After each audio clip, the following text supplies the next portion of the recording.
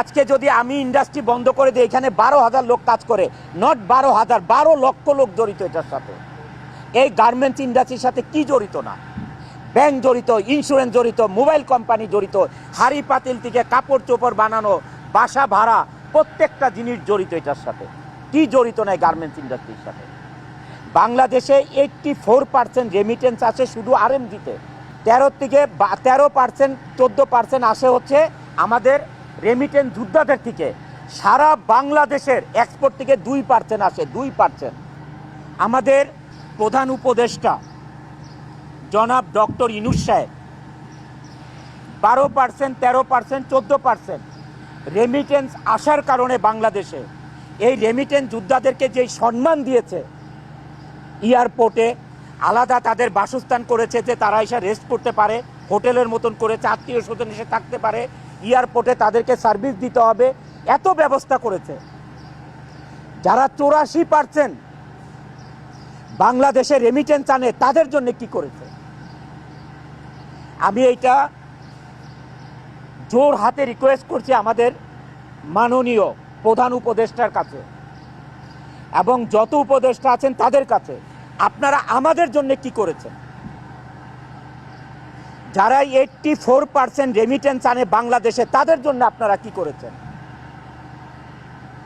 Garments industry সচল রাখার জন্য কি করেছেন?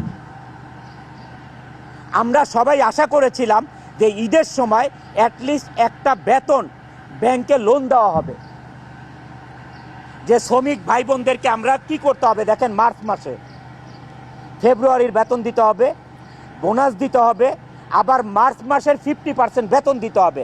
একটা গার্মেন্টস মালিক কোত্থেকে পাবে এই 3টা জিনিস এক মাসে? এই 3টা জিনিস এক মাসে কোথায় পাবে একটা গার্মেন্টস মালিক?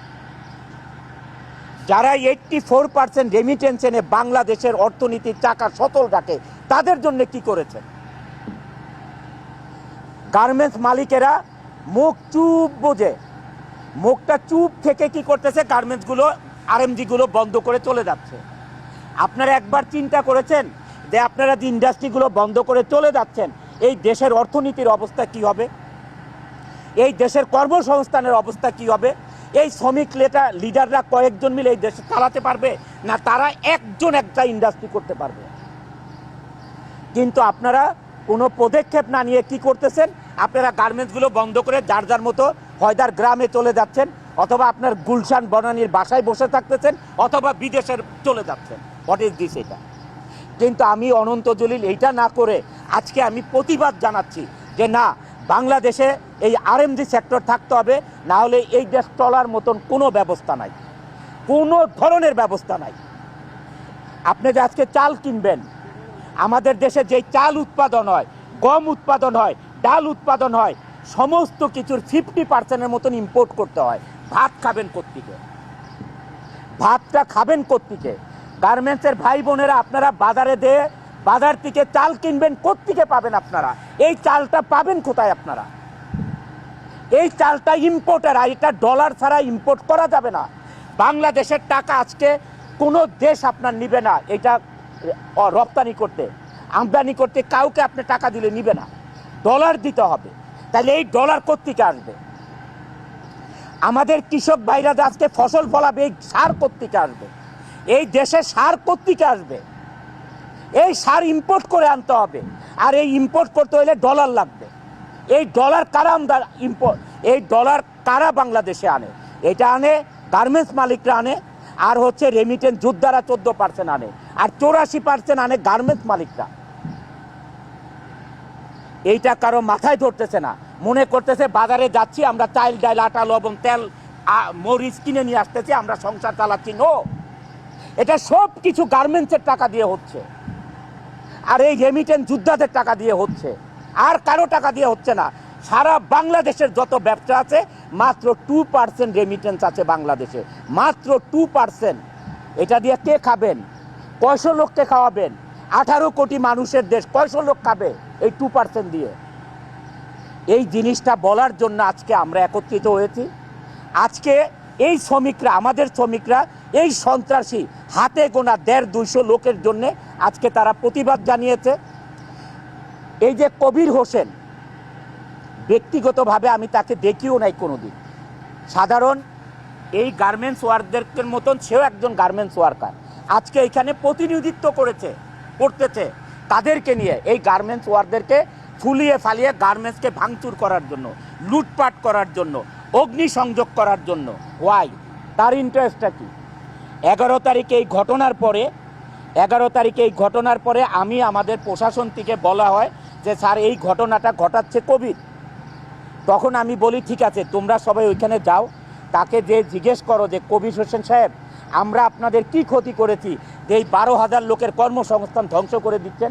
এইটা যা উনির অফিসে যেয়ে দেখে যারা এখানে ভাঙচুর মারামারি তাণ্ডব চালাইছে, কবির হোসেন তাদেরকে নিয়ে মিটিং করতেছে। বাংলাদেশটাকে অচল করার জন্যে যারা এই নেতৃত্ব দিচ্ছেন তারা নিজেরাও জানেন না তারা কত ক্ষতি করছেন তাদের নিজেদের দেশের এবং মানুষের। গার্মেন্টস কোনো রাজনীতির বস্তু না, এটা ইন্ডাস্ট্রি, এটা কোনো রাজনীতির খেলার মাঠ না।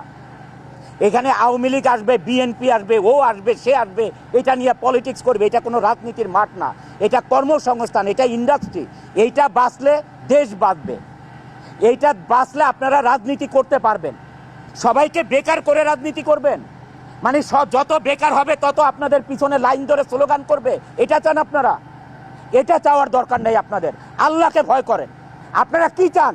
দেশের সবাই বেকার হয়ে যাবে আর আপনাদের পিছনে স্লোগান দিবে, এটা চান আপনারা? এটার থেকে বিরত থাকেন আল্লাহর রস্তে।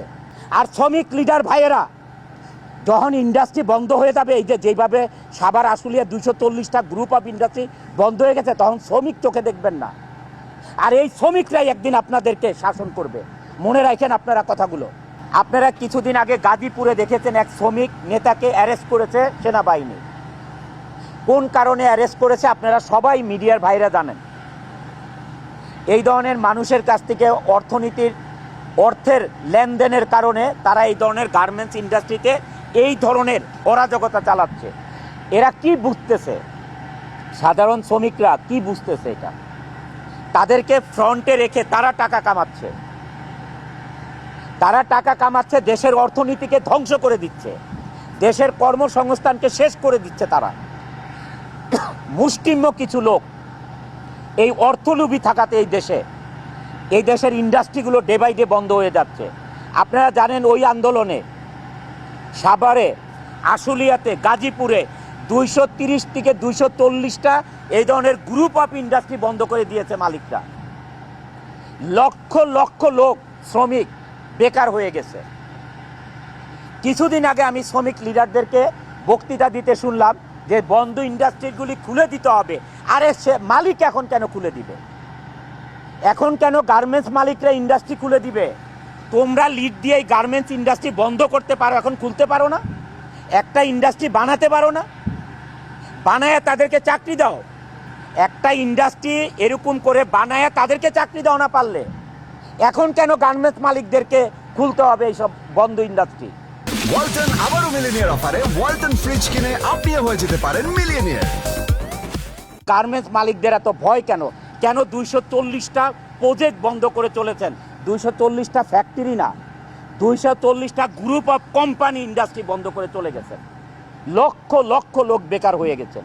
এই লক্ষ লক্ষ লোক বেকার হওয়াতে বাংলাদেশে এখন আপনাদের ছিনতাই বেড়ে গেছে, সন্ত্রাসী বেড়ে গেছে। এই যদি আমার ইন্ডাস্ট্রি এখানে বন্ধ হয়ে যায়, এই 12,000 লোকের কত লোক এখানে সন্ত্রাসী হয়ে যাবে কল্পনা করতে পারবেন না। মানুষের জীবন চালাতে পারবে না, এখানে লুটপাট শুরু করবে। দিনে দুপুরে দেখা যাবে ডাকাতি শুরু করে দিছে। যখন মানুষের কাজ থাকবে না, ক্ষুধা থাকবে, তখন মানুষ কিনা করবে। আমি আমাদের শ্রমিক ভাই বোনদেরকে বলতে চাই, যারা আপনাদেরকে হুমকি ধামকি দিচ্ছে আপনারা অবশ্যই তাদেরকে চিনেন, তাদের নাম আমাদেরকে দিয়ে দেন। আমরা সেনাবাহিনীর কাছে তাদের নাম পাঠিয়ে দেই। আমরা পুলিশ আমাদের থানাতে, সাভার থানাতে তাদের নাম পাঠিয়ে দেই। তারা এটার ব্যবস্থা নিবে, প্রশাসনিকভাবে ব্যবস্থা নিবে, আইন শৃঙ্খলার মাধ্যমে ব্যবস্থা নিবে। আপনাদের ভয়ের কোনো কারণ নেই, কারণ পুলিশ আমাদের সাথে আছে, আইন আমাদের সাথে আছে, সেনাবাহিনী আমাদের সাথে আছে।